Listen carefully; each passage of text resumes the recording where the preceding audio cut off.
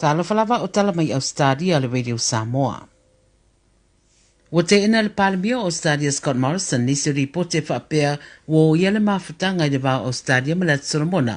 Ina wa whaise whamtaranga le palamia o le Solomona manase so kaware i le pōna pōe whapea o lo nā tunu ua whaia peini tamaiti ia o ngā amata o lo o unia lato whana. Pai mai Morrison, o lo tu mo pea Ausetalia o le pāanga tau pui puinga mo le Solomona e ui le la madienga ua whaia masaina. O lo ia nei le palamia le tu sisifo sini Parramatta le ro ia umia aile no foa ma o lo wha moe wha waia lato campaigns. Pa mai Morrison i le mata upu le Solomona mo le lava na iai Ausetalia mo tangata o le Solomona ma o le a iai pe lava. O lo whatare nei saisi ripoti le tamai stene titi na le tolu sanga na tau titi ato le ono i tūla o nofona o iai tutono se pasi fafuana le Child Care Centre sa iai Queensland. Whaeroe ripoti le so whate ia i le tō tele o lo whita ua ina na mawatu o amata na tau matapongia i le vevera o le taawale sa iai tutonu i fafuane o le Smiley's Early Learning Centre te no fuanga i lata i Rockhampton a o le taina le tolu lea o le nafi. On whamtaranga leo leo wata wai sa iai stene titi tonu le pasi taru mai le tau le iwa i le tai ao mai na o ia sa iai rungo le pasi ai fōringa ua ngalo i le ave pasi ma leisi tangata sa iai o loo iai pere tene titi to tonu. Whaeroe leo leo le 7 News e fōringa wa iai ni tūranga o sodia o pōrisi i le mata upule nei, ma loo whaeroe leo leo sa iai se tūranga tinga ina taru mairi ana nafi i le tene titi ma le pōna pō, ai fōringa o tau iesi na suinga le nei a olo o iai pe i se tūranga whale tonu. Pa mai leo leo o matua i le fia le aingo le tene titi ma loo whaatino nei le suenga i le nei mata upu.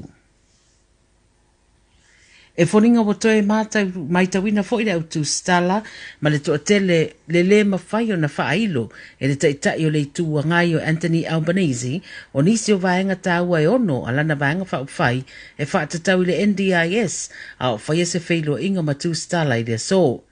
Wa upu ia i nisi, o na o le si la fia o nisi o vaenga tāua, alana vaenga whauwhai, i whainga whaato sina o lo whaanga soro nei, a lumana i eire pālota i le whae ungo le masina. O le vasa mua whainga whaato sina sa ngunguru ai fōre to tele ina ua ngalo ia Albanese le pasene o tangata le whainga ruenga o lo ia nei le atunu ia maisi wha maunga tau te mau ainga.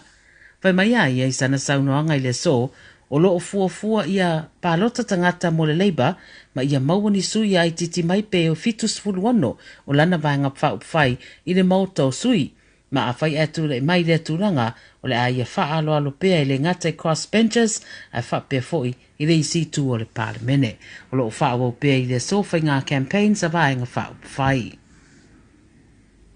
Wa lapata i mai le soi fua malaloina i tangata ina ia wha e tete ina ua wha maonia ua maniu se tina mai Victoria wa a fia le flu rona. Le ingoa ua wha ingoa i le maua wha atasi o le tangata i le flu masani ma le COVID se furuiva. O whaeroe ripoti le so se tina matua mai Victoria wa mariu na ua afia ia to inga ngasenga se lua ma le wha manatu le ua levo na whaero mai le soifua malaloina ia wha e tete iai tangata. Wha mai ua amata na mai tawina le to tele tangata ua afia wha atasi ngase nei le teimi nei a mai se o le ua lata mai tau malulu ma ua whaeroe Dr. Paul Griffin ma le University of Queensland o le flu season nei o lo taltanuina i uina whaate tele ai a afianga i tangata le ngata le flu whapefo le COVID a mai se ua pa ufo i lalo lau whae tangata ua whaia tui o le flu na i lo le tūlanga e masani ai. Pa mai fo mai o tari fofonga ma vavao sa fisosoani e whae titia le pepesi o ia wha mai peitai le ua wha maa uma ia ia inga mai le taumata le asitia fo i la tau e a fia i le flu rona. Pa mai o tangata o mai ona whaia tui pui ma le inisi ngase a fiai e ono le teleni a fianga pe a whai e la vea le flu rona a e ao na manatua e tangata uma ia e siri lava le pui e lo le tautong fitia ia ma whaia tūlanga uma tau le puinga. Tara mulimuli mai ta'alonga wali iputia le 9 News i le sole i oina e Jamil Hopoate mōrianga o le sapalai o se fuala au whasaina.